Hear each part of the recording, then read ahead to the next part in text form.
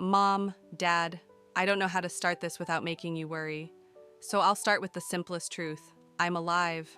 I'm still here. And I still remember what home feels like, even when everything around me tries to erase it.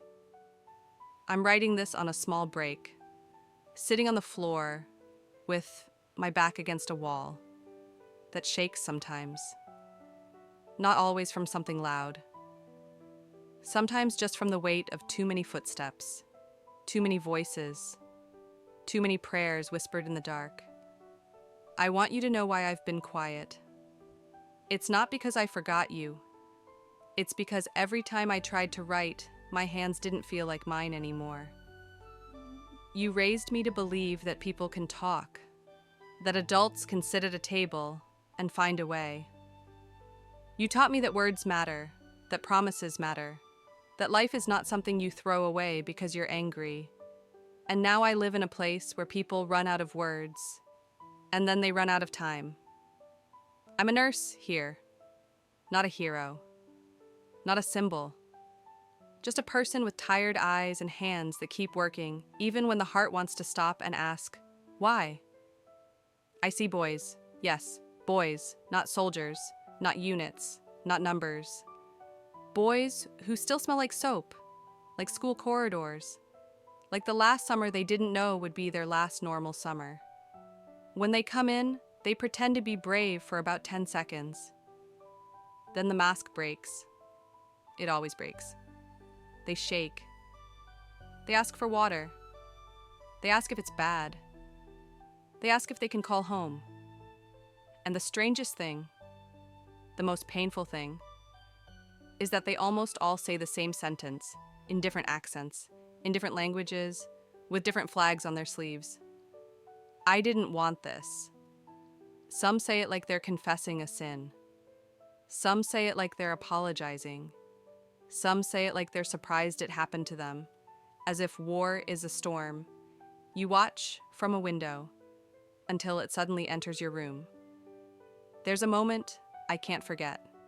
A young man, he couldn't have been older than 20, looked at me and asked very calmly, "Is it okay if I don't hate anyone?" I didn't know what to answer. Because what kind of world creates a place where a person has to ask permission to stay human? Another one grabbed my wrist so hard it hurt. Not from anger, no, from fear. He said, "Please, if I fall asleep, don't let me be alone." Mom, Dad, do you understand what that means? It means he wasn't asking for victory. He wasn't asking for revenge. He was asking for a hand, for a human hand. Sometimes they talk while I clean wounds or change bandages. Not long speeches, just broken pieces of their real lives. One tells me about his little sister and how she laughs when she tries to whistle. Another tells me about a dog waiting near the gate, back home. One says his mother always makes tea too sweet, and he used to complain. And now he would give anything just to taste it again. And then, almost always, there's this silence. The kind of silence that says, "I thought I had time." I want to tell you something that might sound simple, but here it becomes the deepest truth. No one here talks about glory. They talk about home.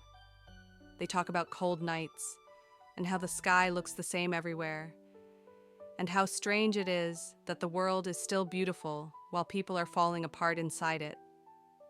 I've treated people from different sides, and I'm not telling you this to argue about politics or to take a position. I'm telling you this because it shattered something in me, and maybe it can protect something in you. Fear looks the same on every face. Pain doesn't care what language you speak. And a human being bleeds the same red and cries the same way and whispers the same names when they think nobody hears. They whisper, "Mom." They whisper, "Dad." They whisper, "Please." There are nights when I go outside for 10 seconds, just to breathe, and I feel my chest tighten like I'm going to break. Not because I'm weak, because I'm normal. because no normal person was made to watch young lives disappear and call it necessary. I keep thinking about the word necessary. People far away love that word. It's easy to say when you're safe. It's easy to say when you're not the one holding a stranger's hand while they tremble and try to be brave. Here, necessary has a different face. It looks like a boy who can't stop shaking. It looks like someone trying to write one last message with fingers that won't cooperate. It looks like a person staring at the ceiling, whispering, "Tell my mother I tried. Mom, Dad, I don't want you to carry my fear.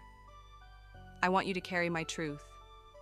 If you hear people speaking loudly about war, if you hear them turning it into a slogan, a game, a debate, please remember that the real war is quiet. It's quiet like a hospital corridor at 3 a.m.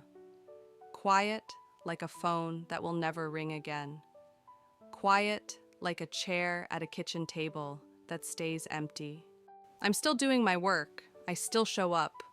I still tie my hair back, wash my hands, breathe in, and step into the next room. Because if I stop, I don't know what will happen to my heart. But I need you to know this. Most people do not want to fight. Most people want to live, to build, to laugh, to fall in love, to raise children, to grow old and complain about their backs and argue about small, stupid things that don't matter. War steals those ordinary dreams and calls it history. And I am so tired of seeing ordinary dreams die. So if you ever wonder what you can do one thing for me. Choose the voice that tries to calm, not the voice that tries to ignite. Choose the person who can listen, not the person who can scream. Choose the table, not the battlefield. Because I've seen the battlefield. And there's nothing there worth a human soul. I miss you. I miss the sound of our kitchen. I miss the way Dad clears his throat before he says something important. I miss Mom's hands, safe hands, hands that never had to learn what I've learned. Please take care of each other. Please live quietly and fully for the ones who can't. And if you ever feel powerless, remember this. Every war needs millions of small permissions to continue.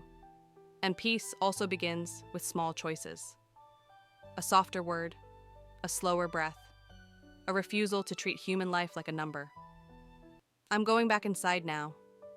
I love you. And I still believe, stubbornly, painfully, that one day people will learn to speak before they start destroying.